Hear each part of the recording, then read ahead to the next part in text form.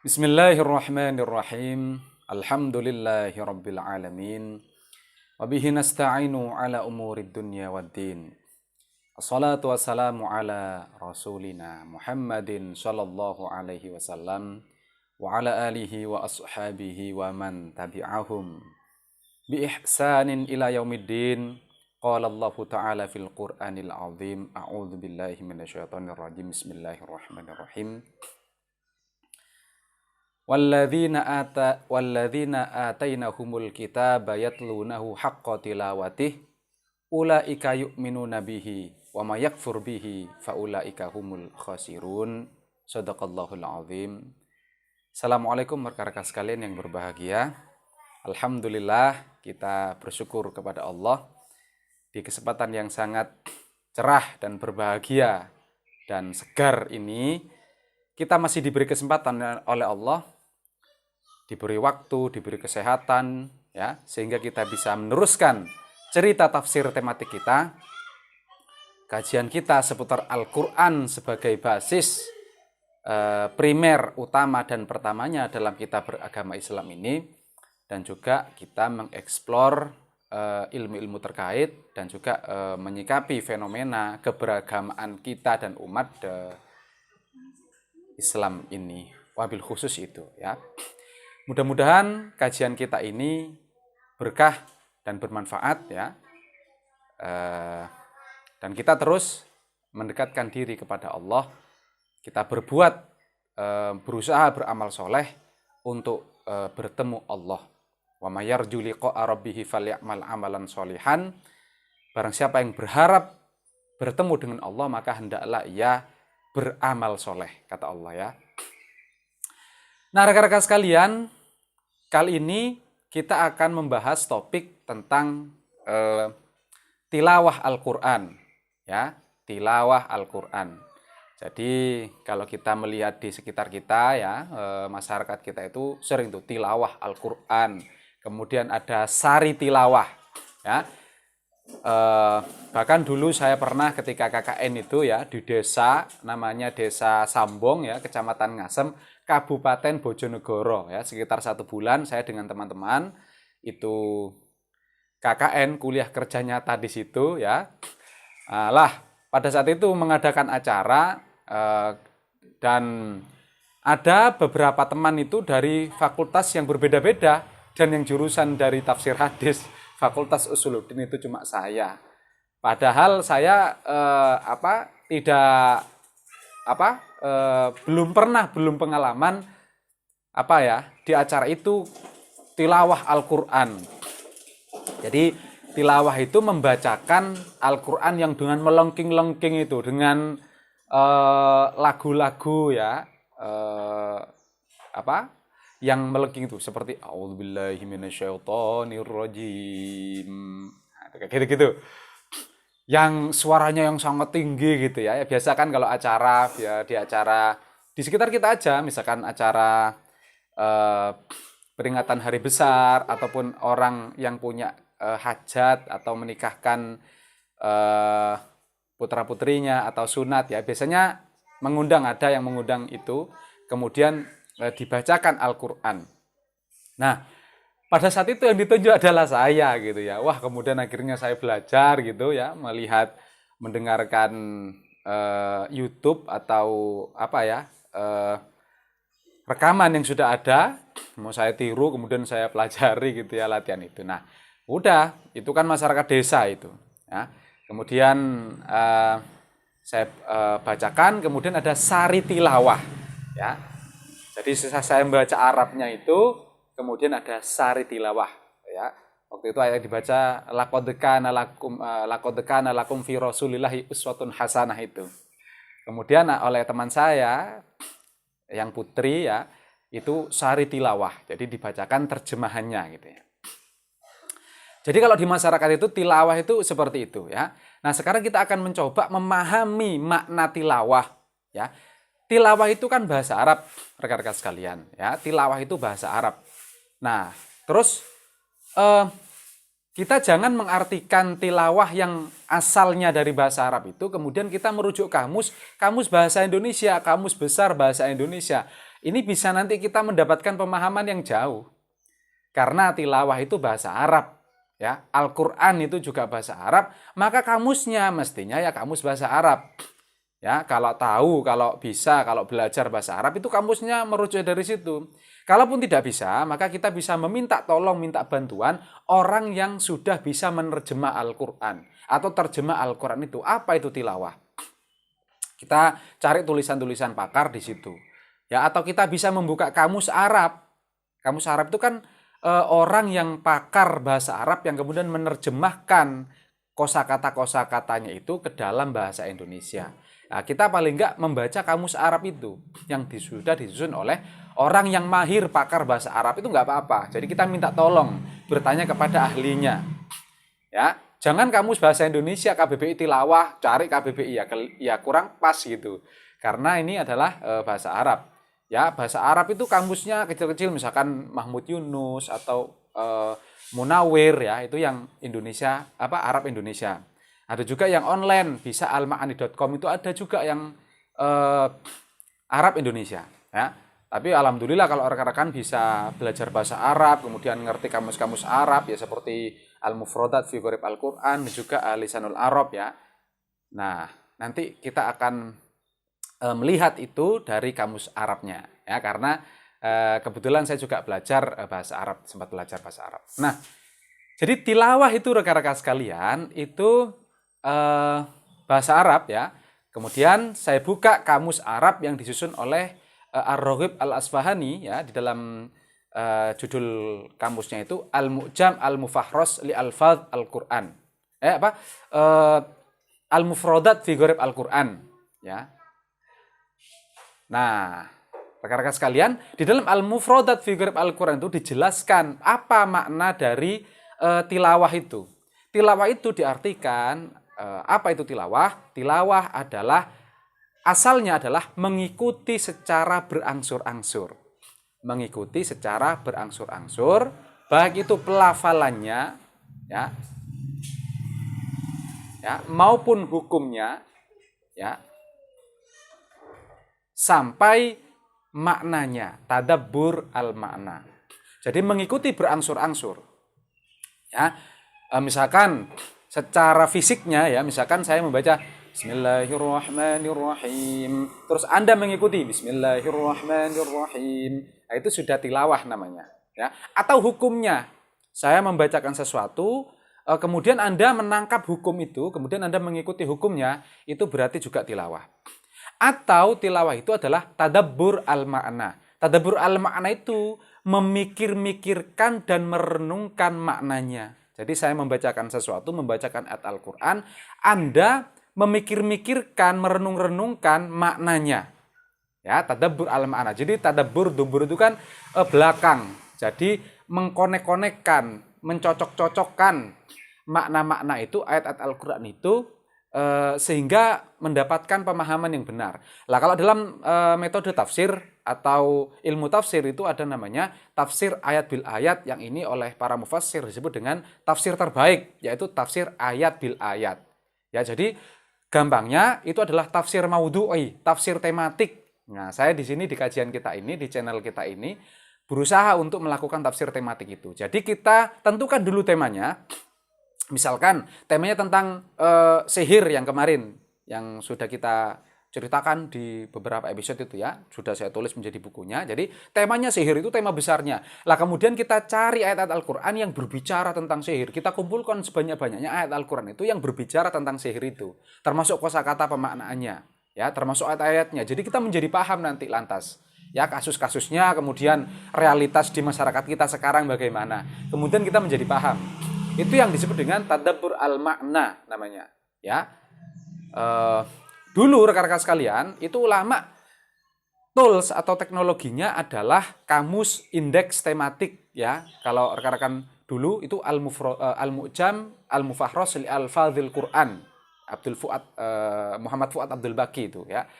Itu menarik sekali. Jadi indeks kosakata Al-Qur'an. Jadi kosakata apa disebutkan dalam Al-Qur'an itu di ayat, posisinya di mana aja ya. Di surat apa saja, di ayat apa saja, itu dikumpulkan kata itu.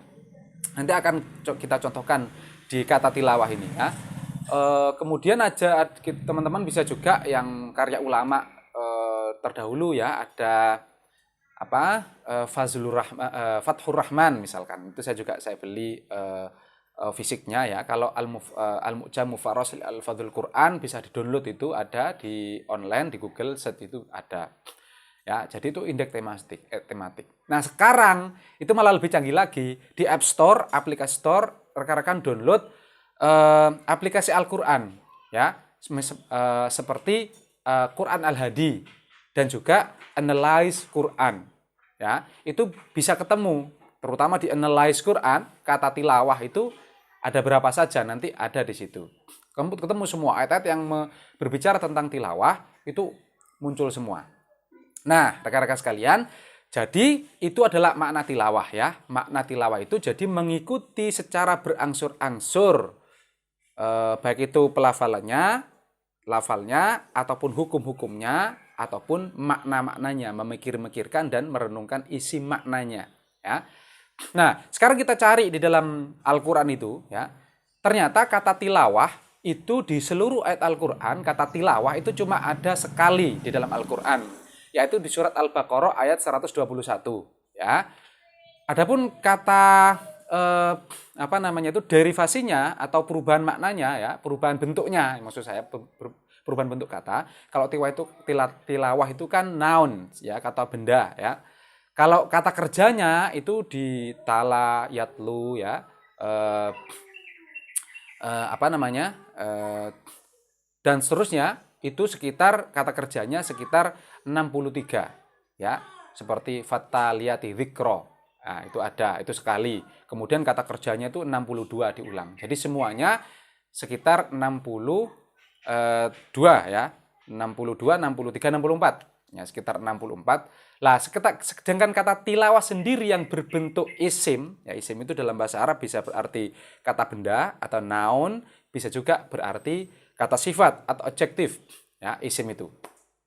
Itu cuma sekali ya, di surat Al-Baqarah ayat 121 yang sudah saya baca di depan tadi. Kita baca dulu. A'udzubillahi minasyaitonirrajim. Bismillahirrahmanirrahim. Walladzina atainahumul kitaba yatlunahu haqqa tilawatihi. Ulaika yu'minuna bihi wa may yakfur bihi faulaika humul khasirun. Di situ disebutkan orang-orang yang telah kami beri kitab, Alkitab, ya. Mereka yatlunahu, mereka menggunakan kata tala, mereka membaca Alkitab itu haqqa tilawatihi, dengan bacaan yang sebenar-benarnya. Ya. Ulaika yu'minuna bihi, lantas mereka beriman pada Alkitab itu, ya. Lantas mereka beriman, siapa yang ingkar maka dia termasuk orang yang rugi-rugi, ya. Jadi rekan-rekan sekalian, di situ redaksinya adalah mereka membaca Alkitab itu. Jadi Alkitab ini adalah gampangnya komplit satu buku ya, Al-Quran itu ya, 30 juz itu. Lah kita tahu bahwasanya di dalam Al-Quran itu ya, itu kan terdiri dari banyak tema. Ada tema psikologi, ada tema biologi, ada tema antropologi, ada tema sejarah, ada tema sains ya, ada tema tauhid, ada tema fikih, ya hukum itu ya. Gampangnya ada ayat muhkamat dan ayat mutasyabihat. Jadi banyak tema di situ. Di dalam Al-Qur'an itu banyak tema ya. Macam-macam tema dalam kehidupan kita, finansial ya, tentang psikologi positif ya. Ya, jadi panduan itu komplit di dalam Al-Qur'an itu sebagai guidance, sebagai petunjuk kita. Itu banyak temanya kan. Nah, kitab itu rekan-rekan sekalian, tema itu di dalam bahasa atau topik itu ya sama ya, kurang lebih mirip. Itu di tradisi Islam misalkan, itu artinya memang adalah tema atau topik atau bahasan.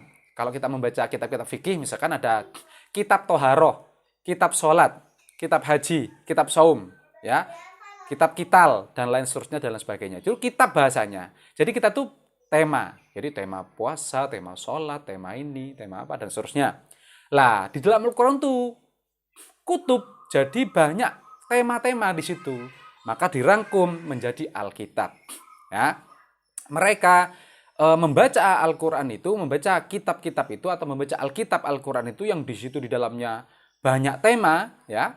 Kemudian mereka itu membacanya dengan sebenar-benar bacaan. Kemudian mereka ulaika yu'minuna bihi, mereka itu lantas mengimaninya, ya.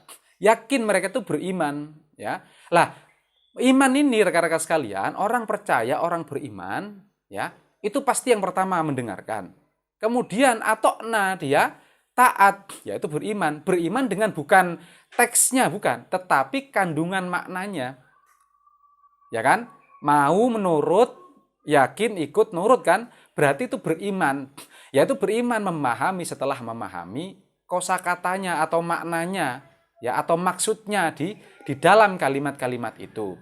Lah gampangnya kalau rekan-rekan sekalian ada anak kecil atau ya kemudian kita, ayo nak, dia sedang bermain, kita panggil, ayo nak kita masuk bubuk, kita tidur. Kemudian anak itu mau nurut. Nah itu berarti mereka nurut, beriman, sami'na wa atokna, nurut, ya kan, turun masuk kamar kemudian tidur, ya. Ada yang nggak nurut, ya, nggak nurut, ayo masuk tidur dulu, nggak mau, gitu misalkan. Nah, jadi dia tuh mau dan nggak maunya, atau beriman dan ingkar namanya, kan ini mengingkari namanya, nggak mau berarti, ya. Itu setelah tahu maknanya kan, maksud yang disampaikan gitu, ya kan? Maka di situ dia berikutnya wa may yakfur bihi fa ulaika humul khasirun. Yang beingkar itu adalah orang yang rugi. Lah, maka rekan-rekan sekalian, begitu juga Allah itu. Allah itu kan ini kan kalamullah. Alkitab Al-Qur'an itu adalah firman Allah, omongan Allah. Tentunya Allah punya maksud itu yang akan disampaikan kepada kita. Ya. Kemudian kita menangkap maksudnya itu. Oh, ada orang yang menangkap maksudnya itu, yaitu orang-orang kafir. Ya, nanti diceritakan ini di dalam surat 8 ayat 31 ya. Itu diceritakan orang yang ingkar. Ya. Kalau kita orang yang beriman itu ulaika yu'minuna bihi, termasuk orang yang nurut, yang manut, yang beriman. Tapi kita tahu kan informasinya. Oh ya, kita manut. Dicerita yang gaib-gaib di Quran, ada neraka, ada surga ya.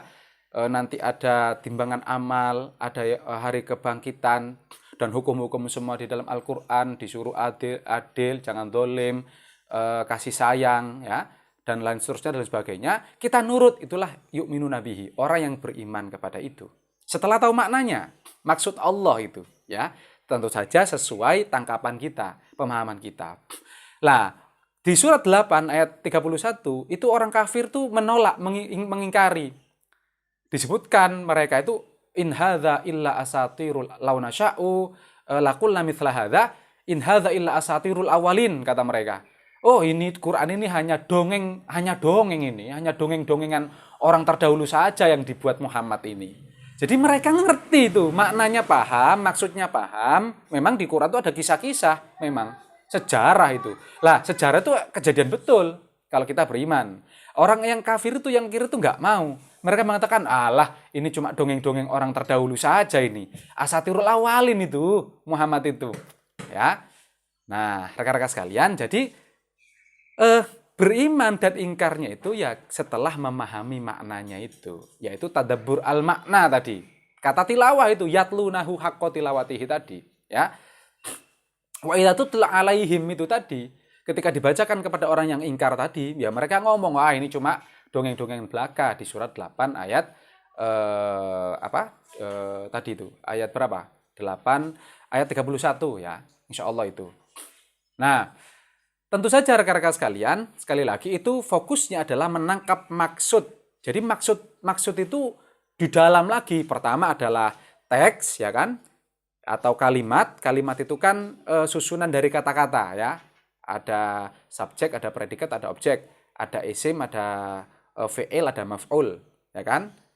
Itu kalimat, ada phrase namanya. Tadabbur al-makna itu phrase. Tadabbur al-makna itu bentuk frase dalam bahasa Indonesia, ya, atau idhofah dalam bahasa Arab, atau phrase dalam bahasa Inggris. Maka di situ sebenarnya kan itu kan rangkaian kali kata-kata menjadi kalimat. Lah, justru maknanya itu ada di dalam kalimat itu. Maknanya, ya. Kemudian di dalam makna itu ada maksud. Yang paling tahu maksud tentunya firman Allah ini yang paling tahu yang ngomong ya Allah, yang berfirman ya Allah. Kalau kita ini berbicara kepada teman kita atau kawan kita, maka yang paling paham maksud itu yang berbicara itu, ya. Kita punya maksud. Nah, kemudian kita menggunakan kata-kata, kalimat-kalimat, kita berusaha menyampaikan maksud kita itu dengan merangkai kalimat, merangkai kata-kata kepada kawan kita. Lah, itu kan kalimat. Kawan kita menangkap kata atau kalimat, kemudian kawan kita itu menangkap makna dari kalimat itu, kemudian dia menangkap maksud kita. Kalau sudah paham, oh ya. Kalau kurang paham, dia minta klarifikasi lagi. Kamu maunya begini kan? Gitu. Nah, kalau iya disetujui berarti maksudnya sudah ketemu. Nah, begitu juga Al-Quran itu seperti itu. Kalimat-kalimat, di situ ada maknanya, di dalam makna itu ada maksud Allah. Lah, kita akan menangkap maksud Allah itu. Jadi proses membaca Al-Quran itu adalah proses untuk menangkap maksudnya itu dari kalimat-kalimat. Awalnya kita menangkap kalimat-kalimat. Nah, karena kalimat-kalimat itu bahasa Arab, yang ngerti bahasa Arab malah bagus, ya. Tahu tata bahasanya, tahu konteks-konteksnya, tahu makna teksnya, malah lebih bagus. Ya, kemudian dia memahami itu, ya, menjadi tahu langsung, nggak perlu minta bantuan orang.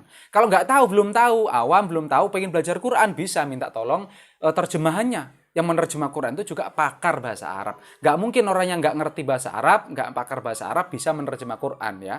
Lah, memang nilai tambahnya kalau orang yang ngerti bahasa Arab, ya, paham bahasa Arab, itu bisa ngecek ini terjemahnya salah atau betul, itu bisa ngecek. Tapi kalau orang awam ya nggak apa-apa, tapi nanti berproses. Yang penting kurang lebih maksudnya bisa ditangkap seperti itu daripada hanya dibaca terus, baca lafal-lafal tok nggak paham artinya. Lebih baik tadi memahami terjemahannya, menangkap maksudnya sebisa mungkin, kemudian kita komunikasikan kepada umat supaya kalau ada yang ngerti dibantu untuk ini loh kira-kira yang benar seperti ini, ya. Tawasau bil haqqi namanya, saling membenarkan, mengoreksi. Itu memang nggak apa-apa, bagus itu, ya. Rekan-rekan sekalian, barulah di surat 8 ayat 2 itu menarik sekali disebutkan orang-orang yang beriman itu bagaimana ketika dzukirallahu, ya, ketika di wa idza tuliyat alaihim zadathum imanan. Innamal mu'minuna idza dzukirallahu wajilat qulubuhum wa idza tuliyat alaihim ayatuhu zadathum imanan, ya. Orang-orang beriman itu, orang yang sungguh beriman itu ketika dibacakan Al-Qur'an kepada mereka, tuliyat, ya, dengan dari kata tilawah juga, ketika dibacakan kepada mereka zadathum imanan, bertambah iman mereka. Tentu saja ketika bertambah iman itu setelah mengerti, setelah paham, subhanallah gitu, ya. Apalagi yang baca ini ngerti ilmu-ilmu yang lain sebagai teknologi bekal memahami Quran itu, tahu ilmu psikologi, sejarahnya, biologinya, kimianya, dokter membaca Quran, waduh, subhanallah, itu pasti akan seperti itu karena dia mengerti ilmunya, realitasnya itu mengerti, cocok gitu dengan ayat Al-Quran. Jadi merinding gitu ketika membaca Al-Quran, ya. Kalau rekan-rekan sekalian sampai tersentuh itu, ya, kita melihat imam-imam itu yang membaca sampai kesenggukan. Wah, itu mereka orang Arab paham betul itu ayat Quran ketika bicara tentang adab, tentang kebaikan Allah, memberi surga, memberi kenikmatan. Waduh, itu bergetar-getar itu, ya, nggak kuat, ya. Jangankan bahkan para pengkaji Quran pun bisa menangis itu ketika membaca memahami Al-Quran itu, ya. Lah, itu tadi ketika dibacakan oleh mereka kepada mereka Al-Quran itu, maka mereka bertambah imannya. Itu tentu saja setelah memahaminya, ya, setelah menangkap maksud, ya, di dalam teks, rangkaian teks dan kalimat itu. Itulah esensi dari tilawah itu, ya. Jadi lebih ke maknanya, pemahaman maknanya sampai pemahaman maksudnya bagaimana. Ya, jadi tidak berhenti pada tataran teks dan kalimat saja, kemudian dirapal, ya, seperti anak kecil itu, kemudian dihafalkan tanpa mengerti maknanya, nggak seperti itu. Meskipun kalau ada anak kecil yang bisa hafal Al-Quran 30 juz itu ya bagus itu. Ya, kenapa? Karena dia sudah menyimpan filenya itu di otak dan hatinya. File Quran 30 itu berupa file. Nah, itu terus dikembangkan nanti. Kembangkan. Kemudian belajar tata bahasa Arabnya, kemudian belajar kosakatanya, maknanya, artinya. Wah, itu luar biasa. Nanti sampai betul dia menjadi pakar tafsir, ya. Yang kata 9122 itu bisa menjadi bagian dari kelompok muslim itu yang memperdalam atau mendalami Al-Quran seperti yang saya ceritakan di episode yang lalu, peran mendalami Quran. Itu yang bisa saya ceritakan. Terima kasih. Alhamdulillahirabbil alamin. Assalamualaikum warahmatullahi wabarakatuh.